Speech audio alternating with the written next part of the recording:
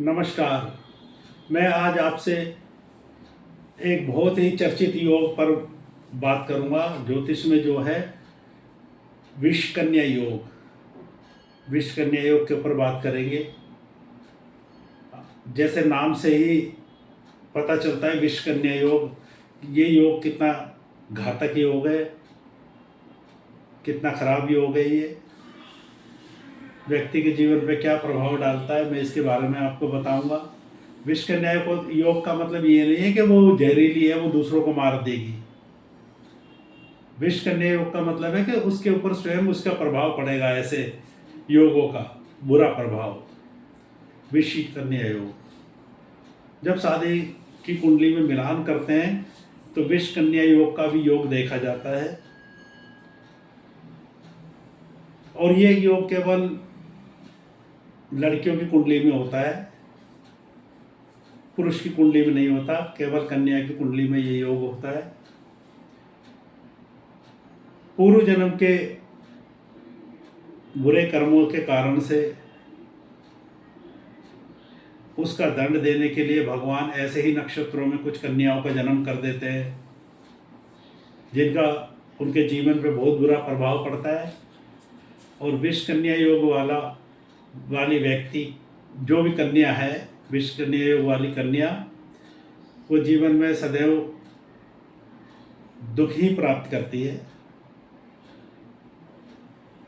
विष कन्या योग वाली लड़की का विवाह किसी अच्छे लड़के से, पढ़े लिखे से, बिजनेसमैन से करा दो या अच्छी नौकरी करने वाले से करो, देखने में सुंदर है, सब कुछ सही देखा, और लड़की की कुंडली में जो है विष कन्या योग है, तो शादी के बाद पहला दुख तो उसको सबसे ज़्यादा ये मिलेगा कि केवल उसके एक संतान होकर रह जाएगी,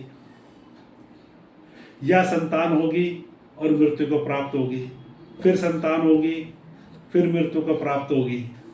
ऐसे करके संतानें उसकी मृत्यु को प्राप्त होती रहती है, या तो एक होगी या मृत्यु को प्राप्त होंगी संतानें।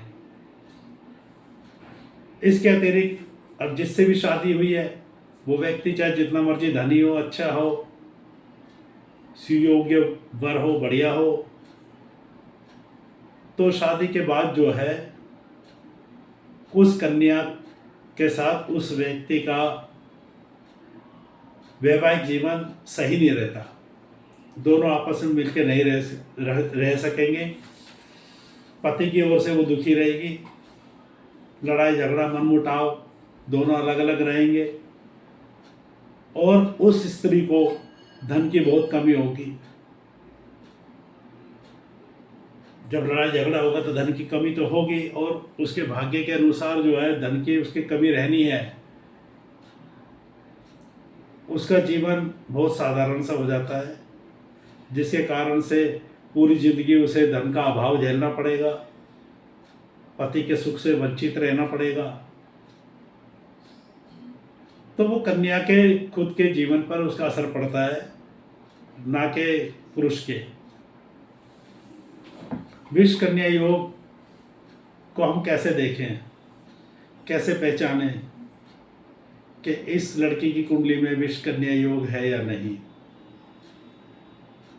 सभी की कुंडली में नहीं होता है ये योग, बहुत कम आता है, लेकिन आता है तो बहुत जीवन में उथल पुथल मचाता है। ये विष कन्या योग देखेंगे तो वो हम 5 प्रकार से देख सकते हैं। विष कन्या योग का योग 5 प्रकार होते हैं जिनसे कुंडली में योग बनता है और विष कन्या योग हो जाता है। पहला योग,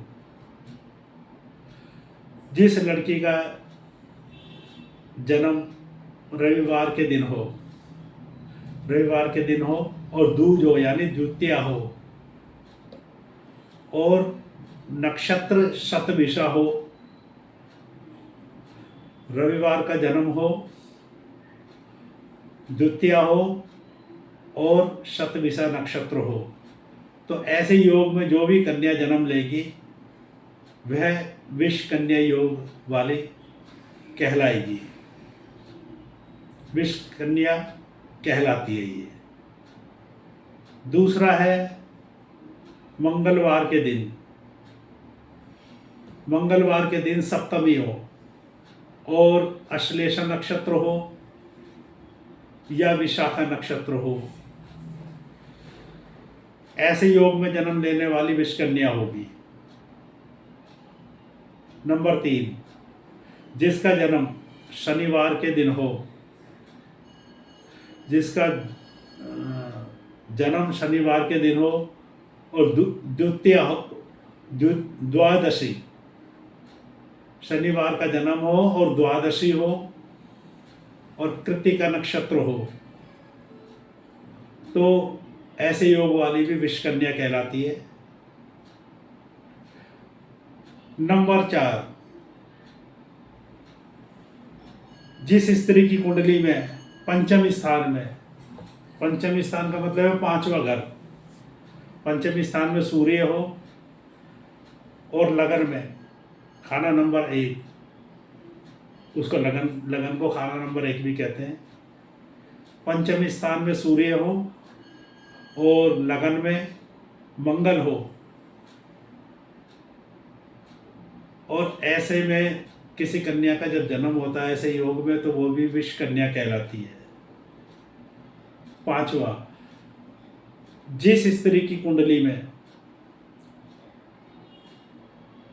पंचम स्थान पे शनि हो और लगन में सूर्य हो,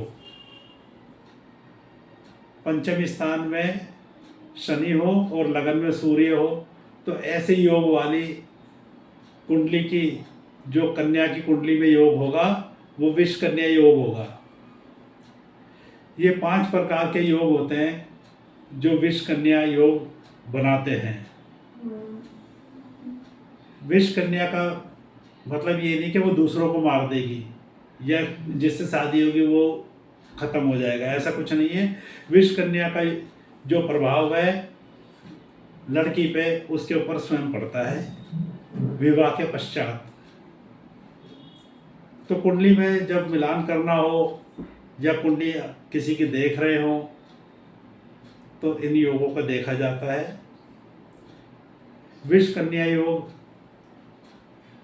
का निवारण भी संभव है, ऐसा नहीं है कि निवारण ना हो। कई बार से विष कन्या योग बन रहा है तो किसी और कारण से वो योग कट रहा होता है, जैसे मंगलिक बना रहा है और उसको गुरु देखे तो मंगल दोष समाप्त हो जाता है। इसी प्रकार से कुछ योग भी है जो विष कन्या के योग को समाप्त करते हैं। उस विषय में मैं आगे चर्चा करूंगा। आज के लिए इतना ही।